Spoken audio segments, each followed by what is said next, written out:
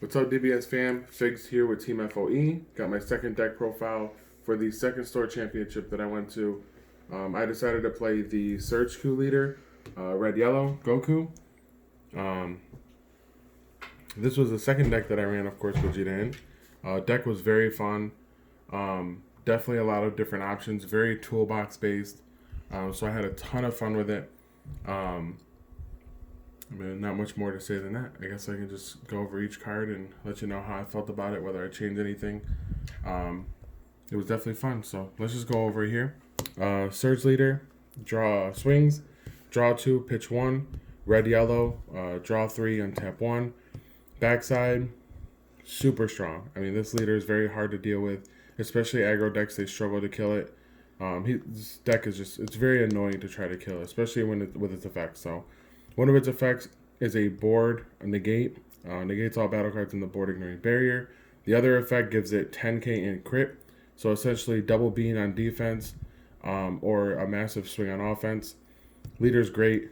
Super solid, especially for toolbox type builds. And pretty much is what it is. It's just all the good red, blue, yellow cards here. So this leader is really, really great. So we'll start with the Gogeta package. As I said in my last video, I played a Gogeta package in every deck I played in these 3 tournaments.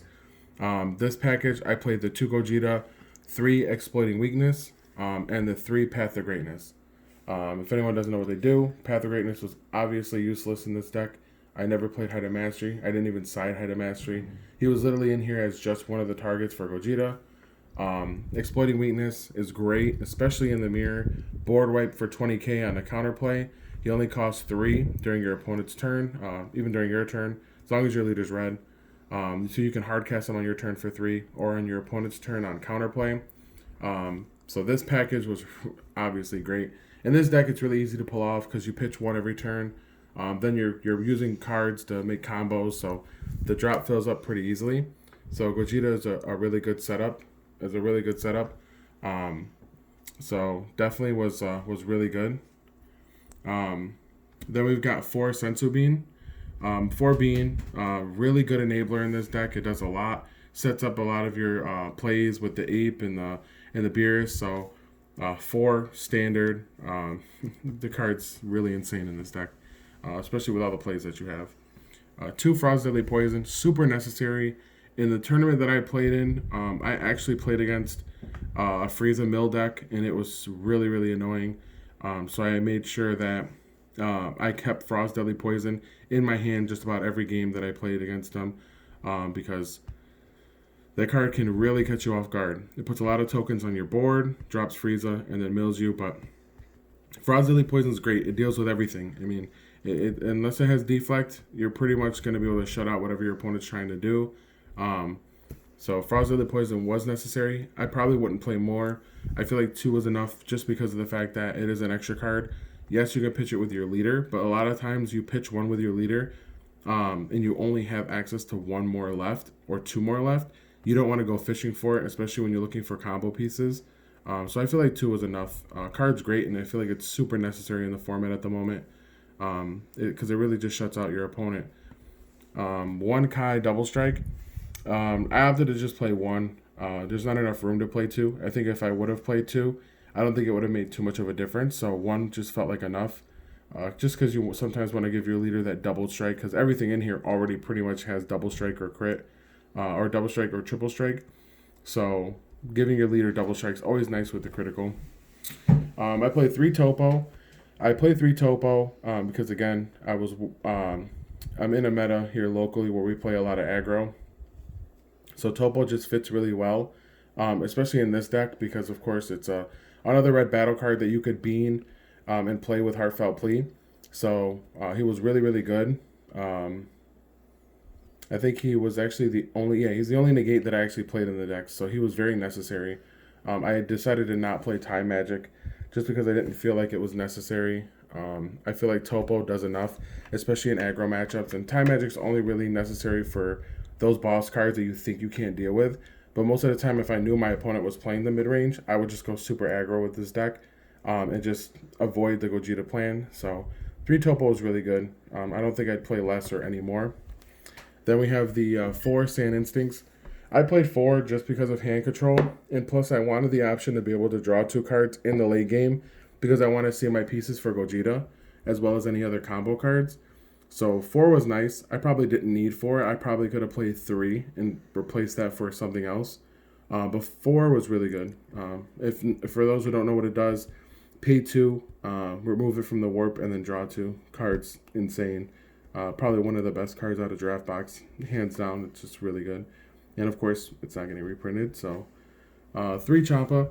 3 Champa was perfect. It did exactly what it needed to, just like Frost Deadly Poison. A battle card comes in, you got to deal with it. You have Champa to rest it, and you don't have to deal with it for that turn. So pay 2 on your opponent's turn. You pay 2, put it into play, choose a battle card ignoring barrier, draw a card, and it goes into rest mode. Obviously, you can pay 2 for it as well during your turn, but you have to have multicolor energy in order to pay this card at a reduced cost.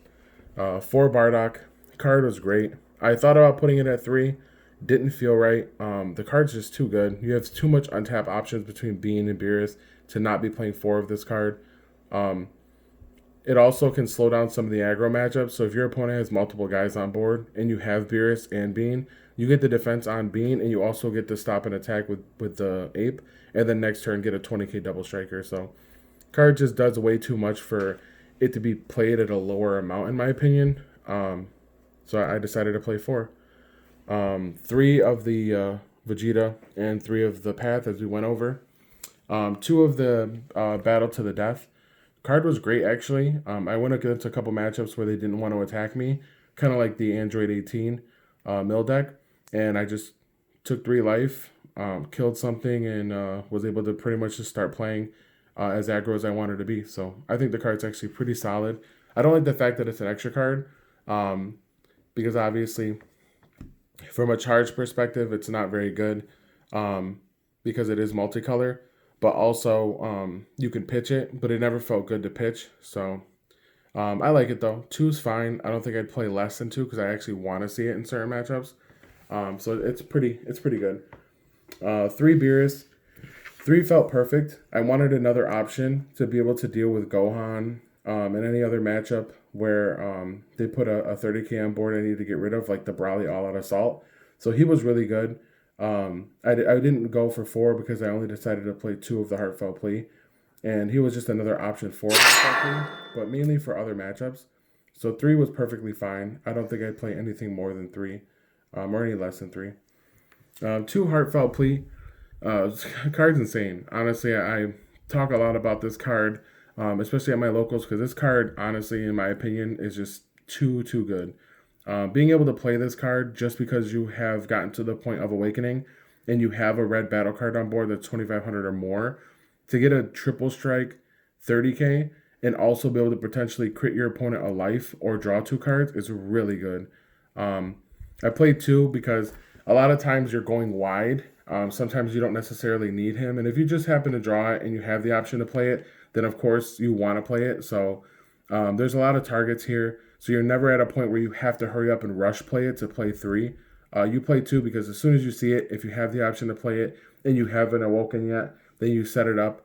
Otherwise, it's just another option to really just push down your opponent. So really great card. 2 is enough, more than enough. 4 Cooler. This card's also insane. It feels just like the Bardock Ape. It's just super good. Like, this card honestly should not have cost 1 cost for arrival. It should have cost 2. When you arrival it in for red-blue, you pay 1 red, comes into play, negs up 2 battle cards by 10k, ignoring barrier, and your opponent mills a card. Mind you, it's a 20k double strike. So you can play it on defense, get rid of some cards, play multiple of them, get rid of multiple cards, and then on offense, he's a 20k double strike. And then he's also a candidate for Heartfelt Plea with Senzu Bean. So card's really insane. 4 of, like, it's just a must. I mean, I think any deck that's actually playing Cooler has to play 4 Cooler because it's super good. My 4 red-blue check lands, of course, it coincides with the Beerus. Allows me to be able to charge the red-blue and then untap the red-blue for plays so that I can extend them. And then obviously we need the red for other cards. So this combination was really good. I played 4 Beerus instead of like a 3-1 split with Beerus and Whis, because this again just enables all of your combos, especially on defense. You can go super aggro, tap out. Your opponent could try to get cocky and push, and you just have one of these and a bean, and you're putting down a cooler, you're putting down an ape on defense, you're opening up defense for Topo. So it's too good not to play as a 4 of, in my opinion. It allows you to be able to, again, be aggro, tap out, and still be safe against certain matchups. So I would definitely continue to play this card at 4, along with the 4 check lands in this build, as this is what really applies that toolbox type feel with Tien being gone. You're just untapping freely. And then the 2 finishers. Black Smoke is so broken. The fact that you get to mill your opponent out, the fact that you get to take cards out of their hand, the fact you get to board wipe them, all because you got 12 cards in drop and 5 energy is really insane. This card wins so many games. It's really good. Everything that it can do, it does very well. And I think that it probably is one of the better SCRs in my opinion. This and Cell are just one of the best SCRs in the set. But he does a lot of work. He can't swing, which is fine. I mean, the purpose of it is just to enable its skills to further your advantage over your opponent, or to gain advantage back if you're in a situation where you're starting to get out pressured, or your opponent just happens to have a bigger hand. It pretty much just fixes those situations. And then Foolish Shrouder was good. It's good against the U7 matchup. It's good against everything, honestly. The card is just solid. It's a 10 drop that you pay on turn 6. Turns off everything but your opponent's leader. They can't use extra cards. They can't use effects on battle cards and such. So it's a really solid finisher.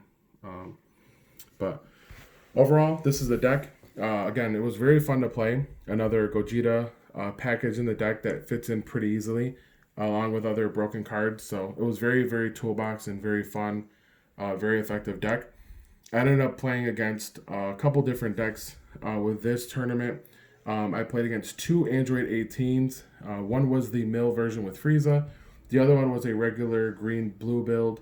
I also played against, the mirror that was just red-yellow. It had a small blue package for Bean and Frost's Deadly Poison. And I believe that was it. It was 4 rounds. I can't remember what the 4th one was. It was Android 21. I played against my very first round was Android 21. So a lot of the token builds I ended up playing against. So Android 21, 2 Android 18s, and a SurgeKu matchup. But definitely very fun. This is the second deck that I piloted at Undefeated at the second event that I went to. So check out my 3rd video. I'll have posted up as well. That'll have the last deck that also has my man Gogeta in it. That deck was probably the more fun deck that I had over the weekend, but this was definitely fun as well. But Figs here, I'm signing out with Team FOE, and go check out my other video.